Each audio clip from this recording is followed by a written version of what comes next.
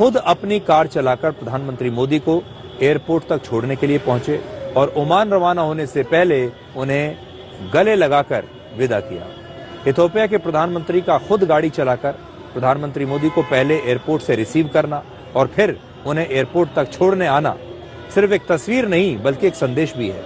और ये तस्वीरें बता रही हैं कि भारत और इथियोपिया के बीच एक दोस्ती वाली डिप्लोमेसी है। जब किसी देश के प्रधानमंत्री खुद गाड़ी की ड्राइविंग सीट पर हों तो इसका यही संदेश होता है कि रिश्ता सिर्फ डिप्लोमेसी नहीं बल्कि दोस्ती और भरोसे के हाईवे पर आगे बढ़ रहा है।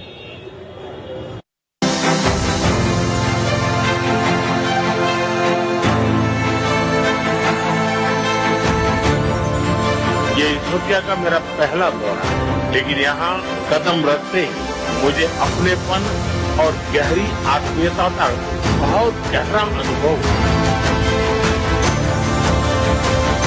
भारत और इथियोपिया के बीच हजारों वर्षों से निरंतर संपर्क, संवाद और आदान प्रदान होता रहा है।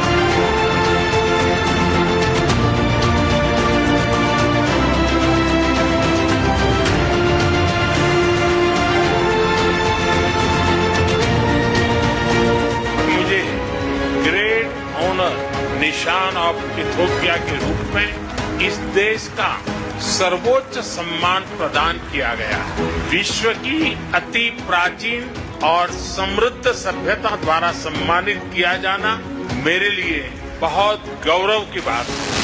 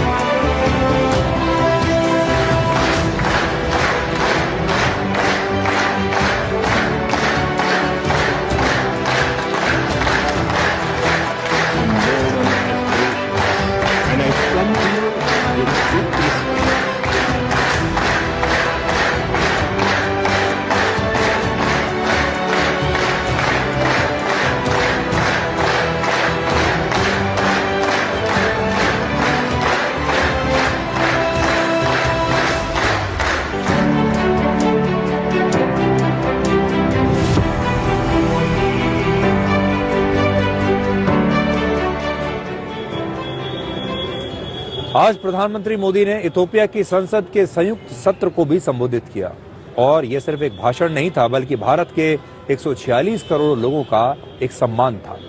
प्रधानमंत्री मोदी के इस भाषण के स्वागत में इथियोपिया की संसद में 50 बार तालियां बजाई गई। आप देखिए।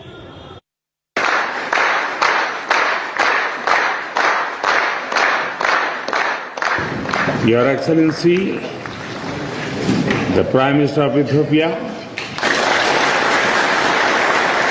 it's a great privilege for me to stand before you today.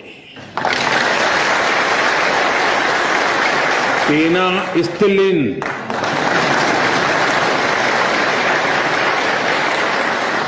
salam, am sagnalo.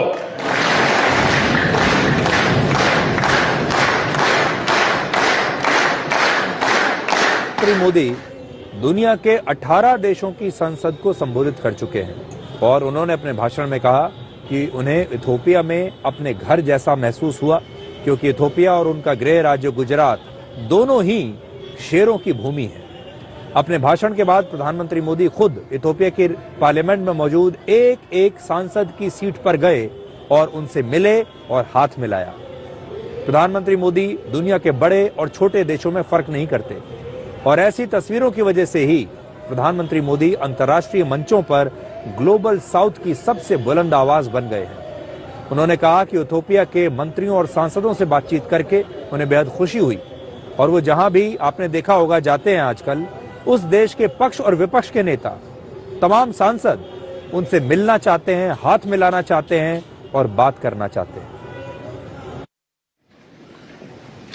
My dear sisters and brothers of Ethiopia,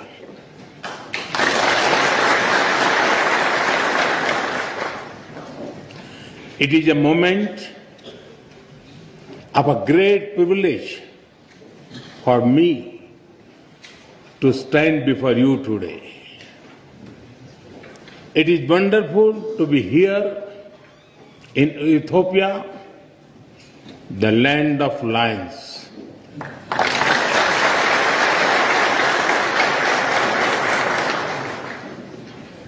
I feel very much at home because my home state Gujarat in India is also home to lions.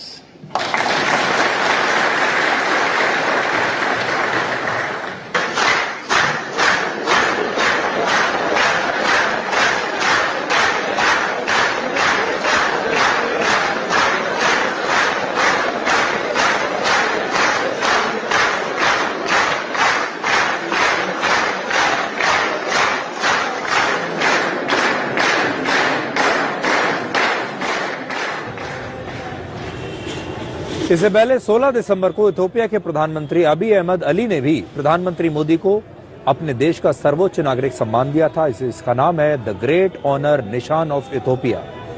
प्रधानमंत्री Modi Ethiopia का यह प्रतिष्ठित सम्मान पाने वाले पहले अंतर्राष्ट्रीय नेता हैं और इस मौके पर प्रधानमंत्री मोदी ने कहा कि यह सम्मान उन अनगिनत भारतीयों का है जिन्होंने भारत और इथियोपिया के संबंधों को ऊंचाइयों तक पहुंचाया है।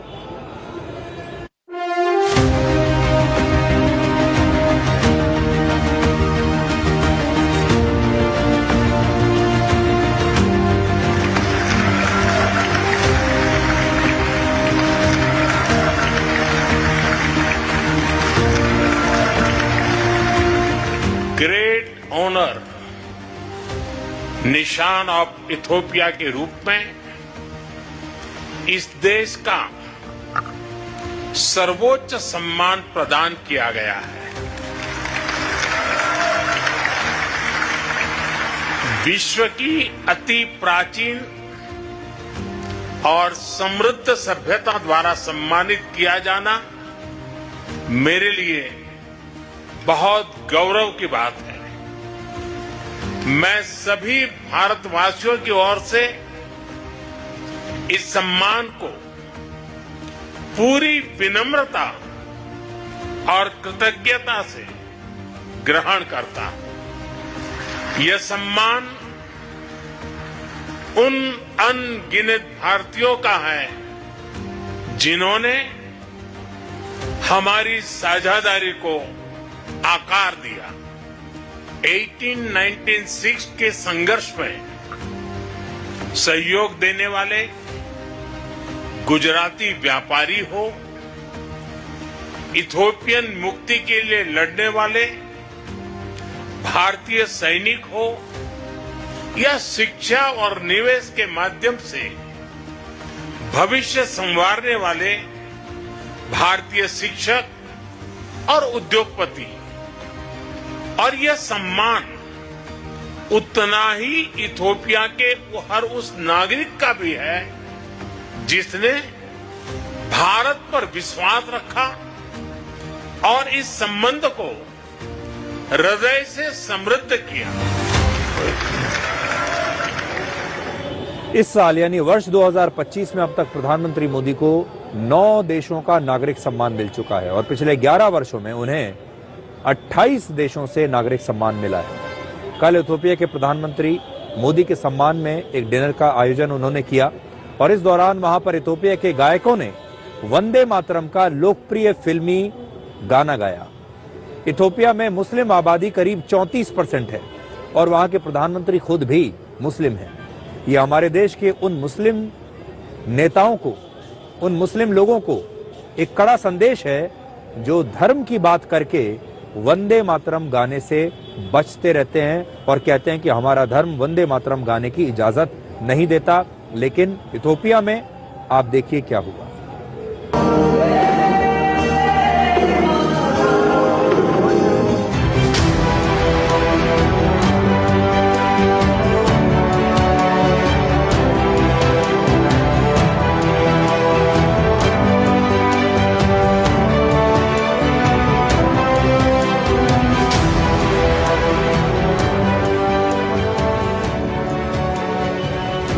अब आपको बताते हैं कि दुनिया के नक्शे पर इथोपिया कहां है। यह पूर्वी अफ्रीका में स्थित और अफ्रीका का दूसरा सबसे ज्यादा आबादी वाला देश है और पहले नंबर पर नाइजीरिया आता है। यह देश दिल्ली से लगभग 4,500 किलोमीटर दूर है। इथोपिया की कुल आबादी करीब 13 करोड़ 20 लाख है। भारत के राज्य महाराष्ट्र की आबादी करीब 12 करोड़ 70 लाख है, यानी इथोपिया की जनसंख्या महाराष्ट्र से करीब 50 लाख ज्यादा है।